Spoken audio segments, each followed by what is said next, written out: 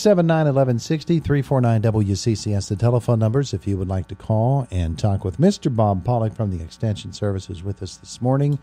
And we continue to tread proverbial water here, waiting for the weather to break. So last year at this time, temperature 72 degrees. Yesterday's temperature 44, typical now for this year. And we're just wondering when the bust out is going to come and what it's going to mean for our yards and lawns and things and gardens and all of that.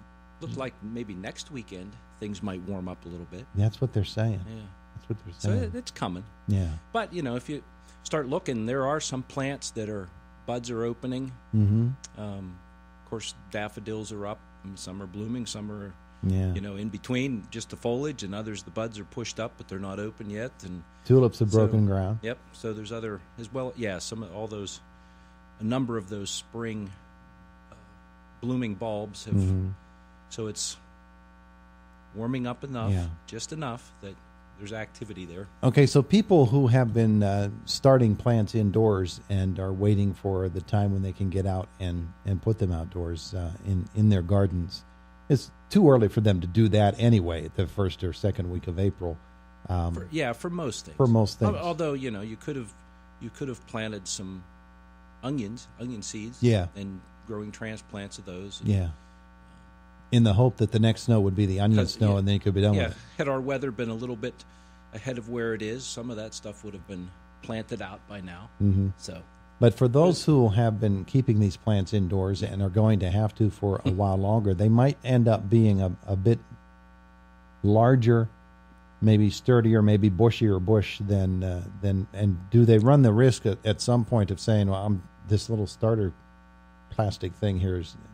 I need to transplant it. Yes. I need to transplant it to something bigger. It's going to help it grow. Yes, we want to try to prevent those plants from getting stunted or pot bound. And in little tiny cells, that can happen pretty easily. So it may be, depending on how the weather goes, you may need to be prepared to transplant those into one size larger container just to keep them growing and keep the root systems so that they're not all spinning around in circles in there and becoming pot bound. Yeah. Because eventually that will stress that plant. There's only so much soil in there. They're only meant to be in there for a short period of time, several weeks or so, and then we want to keep them moving. And if we can't, then we've got to adapt to that and transplant them into one size pot bigger with the hopes that soon we'll be able to plant them out or plant them in a hotbed or in a high tunnel or wherever they're going. Yeah. Just trying to keep that timing going. And that's the thing we always run into every year. We have the best laid plans. We look at the calendar, we look at the weather forecasts, and we try to estimate when we would be able to get those moved to where it is we're going to grow them and seed them then at the appropriate time. But the weather always will interject its... whatever that is. It'll have its own influence. Its own say or influence on it, and so then we have to be ready to adapt and make changes to deal with that. The other thing that can happen, too, is those plants, if they don't get enough sunlight, moisture, all of those things... They reach a certain point where they need more. Yes. Yeah. Or they'll... on cloudy days, so you plant them, you plant seeds, they come up. If the plants are getting too leggy, stretching out, reaching out for the sun, if we have a number of cloudy days and not enough sunlight, then those plants can get leggy and actually fall over. We want to have a good, strong plant with a stiff trunk in it, and so you need to get more light. Another thing you can actually do is just move a little air over those plants to simulate the wind. So if those plants were outside... To fool them into thinking they're outdoors? Well, when they wave, yeah. Well, and when the air moves those plants, it actually helps to stiffen up the plant. Oh, I see. So they'll grow a stronger plant. Mm-hmm. So you can reproduce that inside if you have just a small blower that can just move air gently. And they do have those on some of the rechargeable battery-operated tools, the drills, and with those, they also have little blowers with that you can get a lower level. You're not trying to do tornado winds here. You're just trying to give that breeze that would simulate the outside air and do it that way. You can also kind of brush them and you can literally use a brush, or you can even use your hand too, just to sway over the foliage just gently to be able to move them around, and then that'll work. You just have to be careful on younger seedlings that you don't do that too hard. You can end up snapping them off or breaking branches.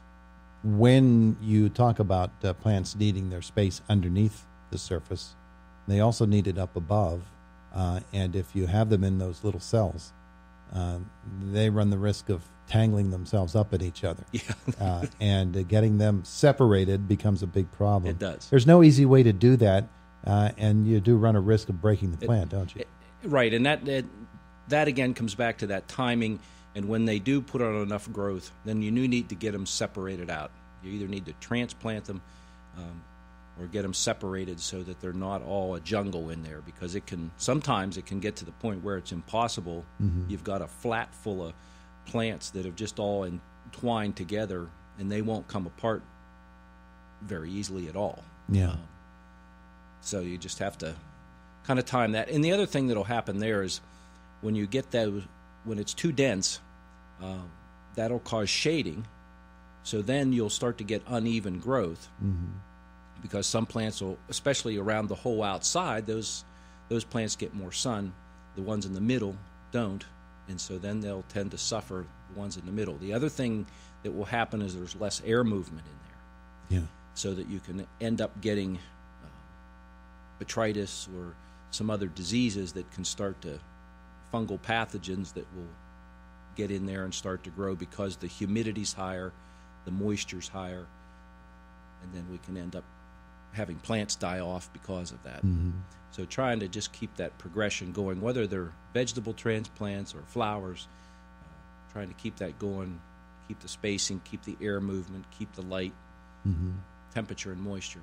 And the other, when they get to the size that we would normally transplant things, and if we're going to move them to a different environment, say a colder environment, from inside a nice greenhouse, or even the basement where we have lights set up or wherever, moving those to the different environment, we have to harden them off.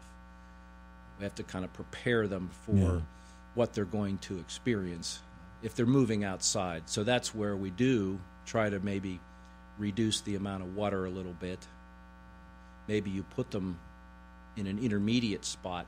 Maybe it goes out to the garage or out to a patio or something like that, where they're still protected some, but they can start to get used to a little cooler temperatures, a little bit less water, and that'll tend to, what they say, harden off or prepare them for being able to survive just out in the open. He's Bob Pollock with the Extension Service. We have just a minute left.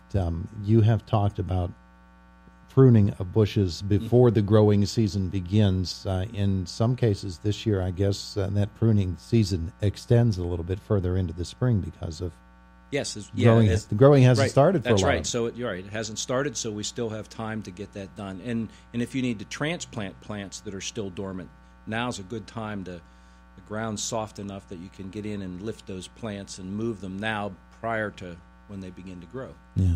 Okay. So any questions about those sorts of things, they can just contact your office and you can sort of guide them through it. Yes.